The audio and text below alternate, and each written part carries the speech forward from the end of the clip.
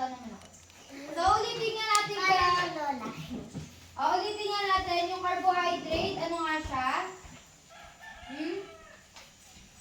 Siya yung kailangan, pinaka... Ay, laban na. Target na walang hanggan. Walang hanggan.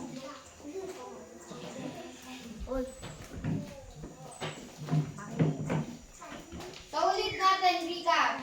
So, sa carbohydrate, sabay-sabay nga natin sabihin, primary source.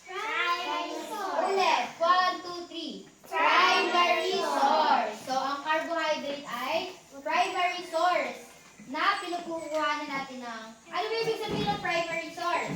So, siya yung pinagkukunan ng energy. Source ng energy. Upo naman. Hindi ko po. Ayan, okay. So, ang carbohydrate ang pinagkukuhanan ng energy. Ayan. Sa protein, ulit. Sa protein, sabihin nga natin, building blocks. Ulit. 1, 2, 3. Building blocks of the body. So, ano nga yung, paano ba? Ano ba ibig sabihin ng building blocks? Siyan lumikap. So, sa pagkagawa ng bahay, sa nag-construction, tingin na lang tayo doon. Sa bahay ni Kuya Adto. Ayan. So, makikita niyo yung monoblock.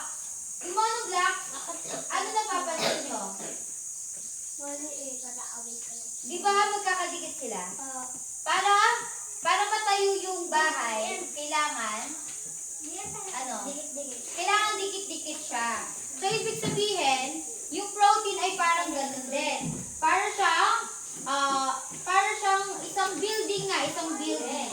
Building blocks na magkakakabit-kabit. Ibig sabihin, kapag magkakabit na siya, ano na siya? Maayos na. Malakas na siya, di ba? Ayan. So, ibig sabihin, katulad nga siya ng gano'n na magkakakabit-kabit or building block. Kumbaga sa isang construction worker, sila yung taga-buo, taga-ayos nung ginagawa nilang bahay. So, ang protein, siya yung taga-tulong sa pagbuo ng muscles natin sa katawan. So, hindi lang naman yung muscle dito sa braso yung ginagawa ng protein. Meron tayong muscle sa buong katawan natin. Sa heart natin, meron tayong muscle. Makinig. Kuwari sa heart natin, meron tayong muscle kasi kailangan patuloy na, alam niyo ba yung trabaho ng puso natin? Huminga. Huminga ba yun? Di ba lungs yun? Di ba? Sa heart, ano ba trabaho ng heart natin? Ganito nga tayo. Ganito tayo sa puso natin. Tumitibok. Ibig sabihin, bakit tumitibok? Buhay po. Kumbaga, tumitibok siya, pinapump niya. Pinapump niya yung dugo para patuloy na umiikot sa katawan natin. Kapag hindi na tumitibok ang puso, patay na. Kasi, yung katawan natin, meron siyang, syempre, ang katawan natin may dugo. Diba? Tapos, yung dugo na yon, meron siyang kasama na oxygen or hangin. Humihinga. Diba? Kapag tayo humihinga, kaya diba kapag hinihingal tayo, makinig, diba kapag hinihingal tayo, ano yung nararamdaman natin sa puso natin? Mabilis. Diba? Pag hinihingal, mabilis ang tibok ng puso. Tapos, hinihingal nga so nahihirapan din sa paghinga. Diba? So, ibig sabihin, kapag, diba kasi yung puso natin at yung hininga or yung oxygen natin sa katawan ay konektado. Ayan. So, ibig sabihin, sila yung responsible sa pag-ikot nung mga dugo natin sa ating katawan. Okay? So, paano tayo napunta doon? Kasi nga, yung muscle, yung katawan natin, meron tayong muscle sa braso, meron tayong muscle sa hita. Diba? Alam niyo ba yun? Yan. At sa mga organs natin sa katawan. Okay? Ayun. So, ayun. Tapos, ang protein, makukuha natin siya sa mga pagkain na galing sa, or mga pagkain na ano natin sa hayop. Katulad ng mga manok, Baboy. mga baboy. So, ayun ay protein. Okay? Ano? Ayan. Walang turo. Okay. So, punta naman tayo sa micro. Ayan. Oh, makinig. Ayan. So, kung ang macro, ano nga ibig sabihin ng macro? Ha? Nakalagay dyan. Ano ibig sabihin ng macro? Ha? Micro. Dito, oh. Mamaya. Oh, ito, oh, yung nakalagay sa kulay green. Ano nakalagay dito? Large. Large. Ayan. So, kung ang macro ay large, yung micro naman ay Small. small. Yun. Kuha nyo. So, ang macro ay large, ang micro ay small. Ayan. Very good. Ano ibig sabihin doon?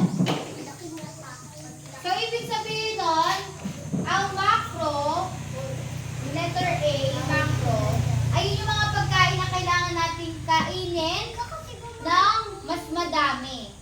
Okay? Tapos, ang micro naman, kailangan natin sila kainin ng sila yung kinakain natin ng mas maliit na, mas onte. Kumbaga, mas onte. Sino?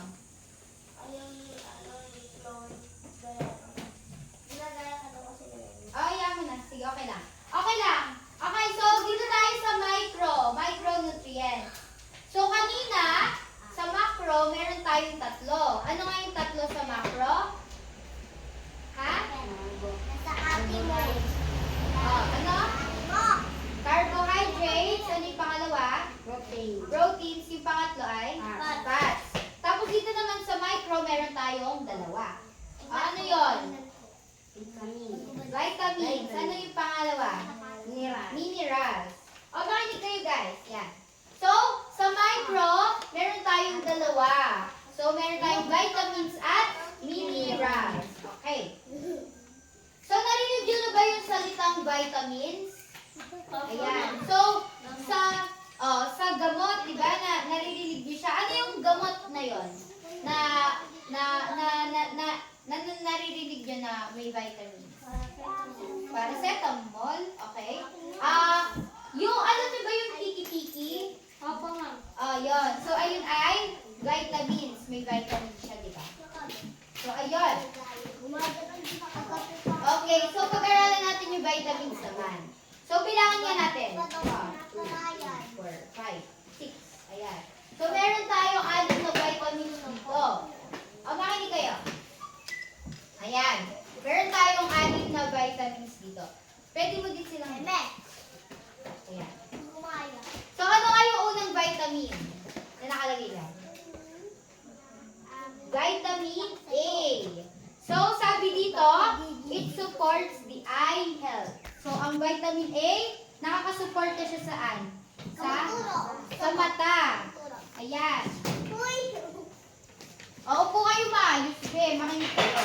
So, ang vitamin A ay para sa mata. Diba? Sino dito may mata? Taas ang kamay. Ayan. So, ibig sabihin, ayan. Okay, lahat tayo may mata, hindi kailangan natin ng vitamin A para sa mata. Para maging, kumbaga para hindi tayo magkaroon ng problema sa mata. Hindi tayo, kumbaga, ano ba yung mga nakukuha natin?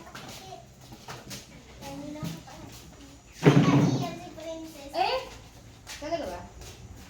Be, huwag niyo nang hawakan yan. Tama na, yaman na. Baka naiiyan na kayo. Ayan, di ba? Nakuha na sa video yon. Pati ba naman yan? Okay. So, ang vitamin, upo na. Umupo ka na maayos. Nalino to din. Ito ba pakali, ha? Upo lang. Upo na.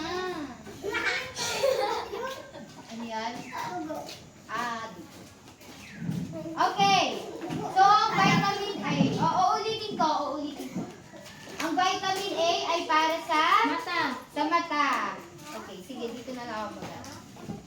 Okay, para siya sa mata. Okay. And para din siya sa skin. Ano nga yung skin? Balat. Balat. Okay. So, vitamin A, pwede siya, para siya sa mata, para din siya sa balat. Okay. So, ano mga example na pagkain sa vitamin A? Carrot. Ano pa? Sweet potato, leafy greens, and dairy products. So, ibig sabihin, kapag, di ba, naririnig nyo ba yun kapag sinasabi nila na ang carrots ay para sa mata, pampalinaw daw ng mata. Kasi nga, meron siyang vitamin A, di ba? So, ayun, sweet potato, kamote mo. Kamote.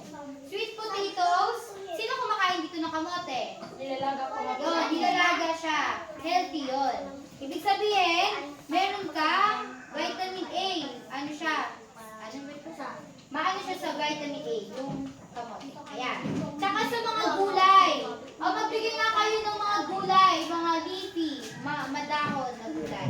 Green leafy vegetables. Ha? Yung mga madahon na vegetables. Kangkong, ano ba? Carrot. Ano siya? Yung mga madahon, ano ba? Mga kangkong. Talbos. Talbos. Ang palaya. Sige. Ayan, yung mga green na vegetables. So, ayan ay rich in vitamin A. Okay. Vitamin B naman. So, B. Oo, B naman. Ayan. So, A, B, C, D, E, tsaka A na vitamins. So, sa vitamin B, nakalagay dito, vitamin B complex. Kasi, ang vitamin B, meron siyang 8 na vitamin pa. Okay? So, i-explain ko. So, kunwari, vitamin... Sino? Tumigil. So, ito yung vitamin B. Meron pa siyang 8. So, vitamin, 8 ang ganyan. Vitamin 8, B, B. Basta 8 na vitamin. So, ang vitamin B complex, meron siyang 8 pang vitamin na, na klase. Pero hindi ko na siya sinama kasi masyado na siyang mahirap. Mahirap siya intindihin para sa akin. Okay. So, vitamin B complex. So, ayan. Makinig. So, ito ay essential for converting food into energy. Ito na carbohydrates, fats, and proteins to power the body's cell. So, example ng vitamin B. Tingnan natin. So, makikita siya sa mga karne ng mga hayop like pork, tapos baboy, tapos mga fish, eggs. So, hindi ko alam yun. So, hindi ko alam kung anong vitamins meron sa... Kumakain ka nun? Aso? Okay. So, ayun. Hindi ko alam kung anong meron na vitamins doon. Ayun, nakakaano. Okay. So, ayun. So, ang itlog, meron din siyang vitamin B. Yung mga dairy products. So, alam niyo ba yung mga dairy products? Yung mga gatas, mga... Ito rin ang lagi. Ayan. Yung mga gatas at mga cheese na product din siya ng hayop. Yan. Okay, so next naman, vitamin C. So, sa inyo, alam niyo ba yung vitamin C? Saan niyo siya naririnig? Vitamin C. Upo ka maayos yan. Ha? So, sabi dito, it supports the immune system, collagen production, and antioxidant activity. Ang lalim niya. Pero, makikita siya sa mga citrus na prutas. Ibig sabihin yung mga maasim. Mga maasim na prutas, meron siyang vitamin C. Okay? Tapos, ayan. So, magbigay nga kayo ng mga maasim na prutas. Kamyas. Ano pa? Ano pa maasim? Calamansi. Ano pa? Orange. Ano pa? Maasim. Mangga.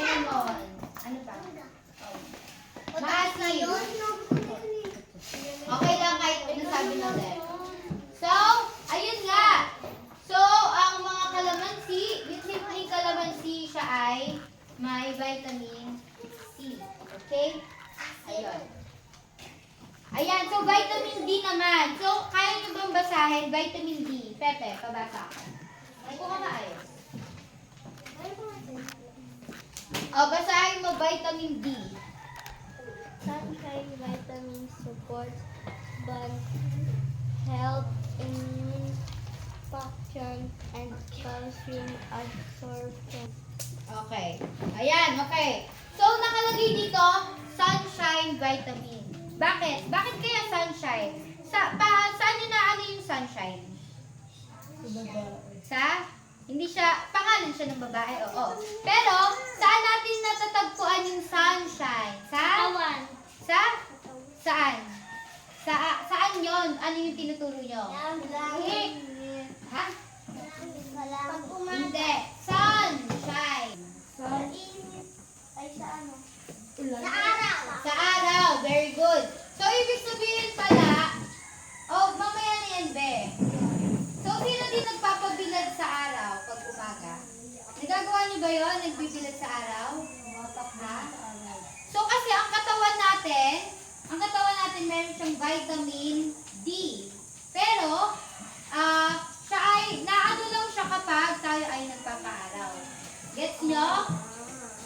Kumbaga na-activate siya. Di ko kasi maano yung malalim. Ang kugi. Beme, ayusin ang kuwan. Mumog namang asar. Ikaw yun? Tama na. Tama na.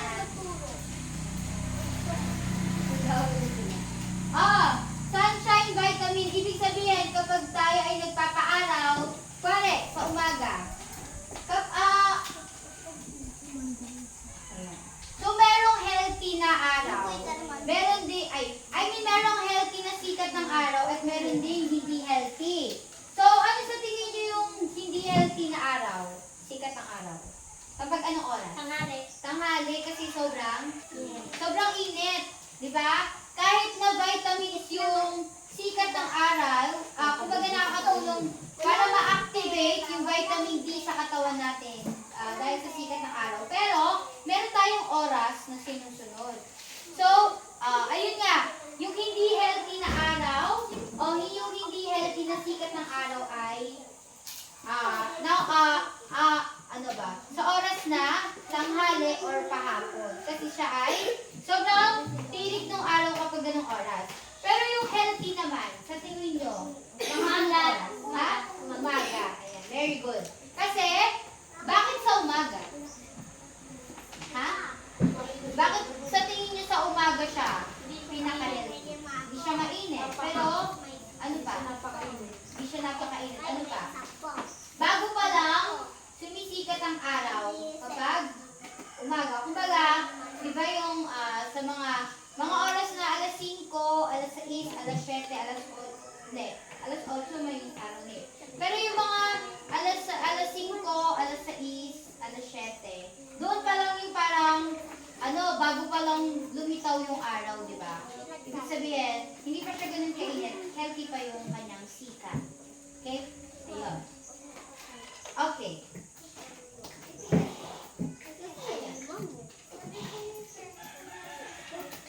Ano yan?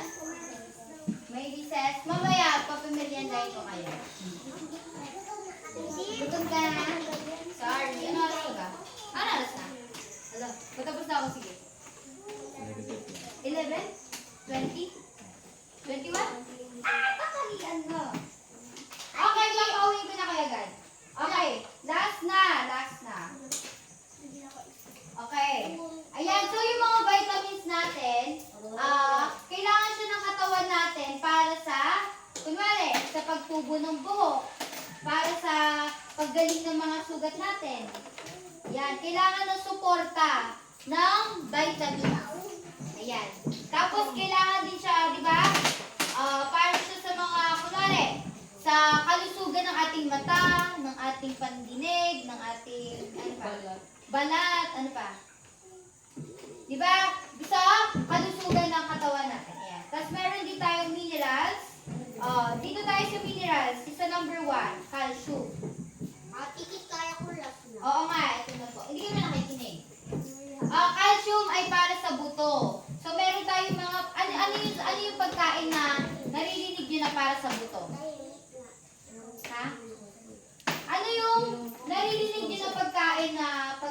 siya, para siya sa buto. O para siya sa ngipin. Pati. Ha? Hindi.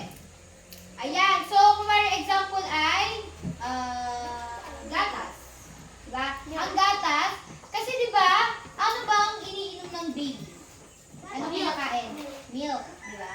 So, ang milk kasi, kuwari, gatas na galing sa ina or gatas na iniinom ng baby na tinitimpla, di ba? So, ayun ay masustansya para sa kanila. Kasi, ang milk ay para siya sa sa kalusugan ng buto, di ba? Para tumubo yung buto, ganun. Kaya, yung baby pa lang, papalaki, gatas ang iniinom.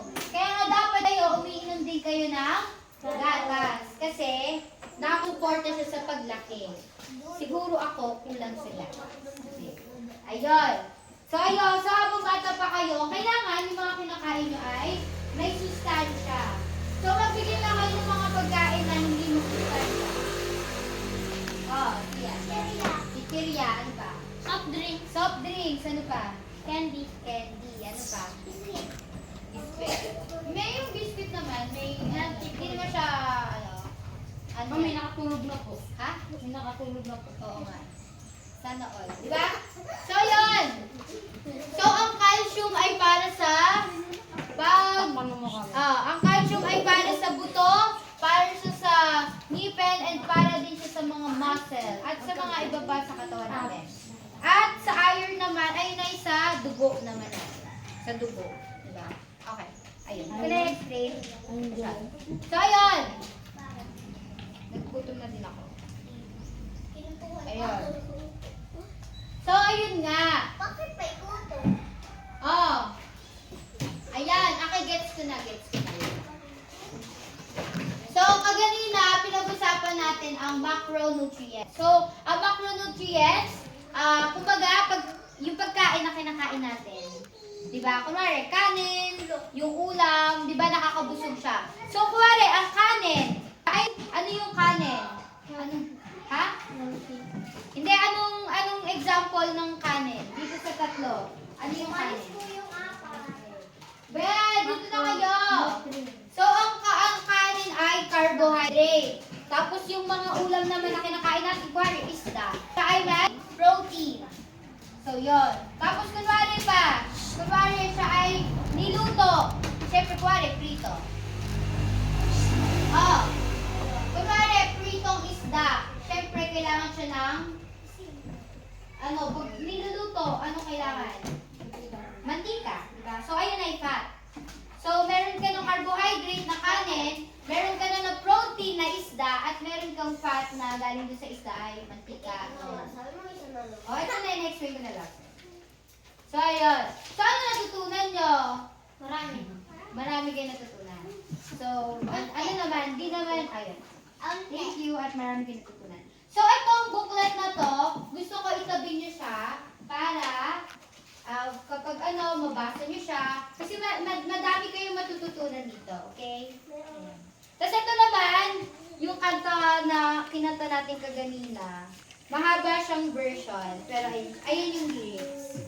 Ayun. So, ayun. So, ayun nga. So, ang mga macronutrients ay para siya sa sige, nasa to. Kuwari pag nabusog tayo, ayun na yung para sa tiyan natin.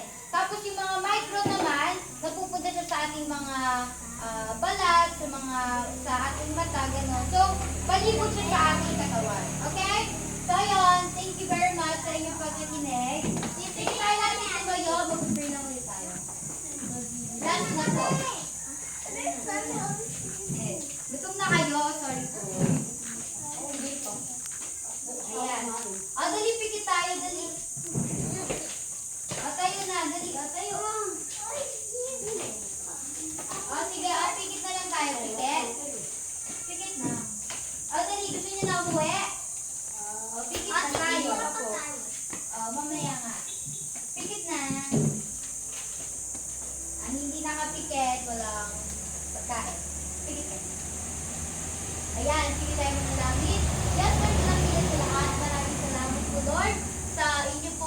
wisdom na ibigay sa amin at salamat po dahil binigyan niyo po ang mga batang ito, Lord, ng wisdom at kayo po, Lord, ang mag-ingat sa bawat isa sa amin, Lord, at na maisa puso, o Lord, ng bawat bata dito, Lord, ang mga inaral namin, Lord, at magamit po nila ito sa kanilang paglaki. Kaya, Lord, maraming salamat po sa inyo lamang po ang pagpulit po sa bayan. In Jesus' name, Amen! Okay. Sige. Tapos, bigyan ko kayo nito.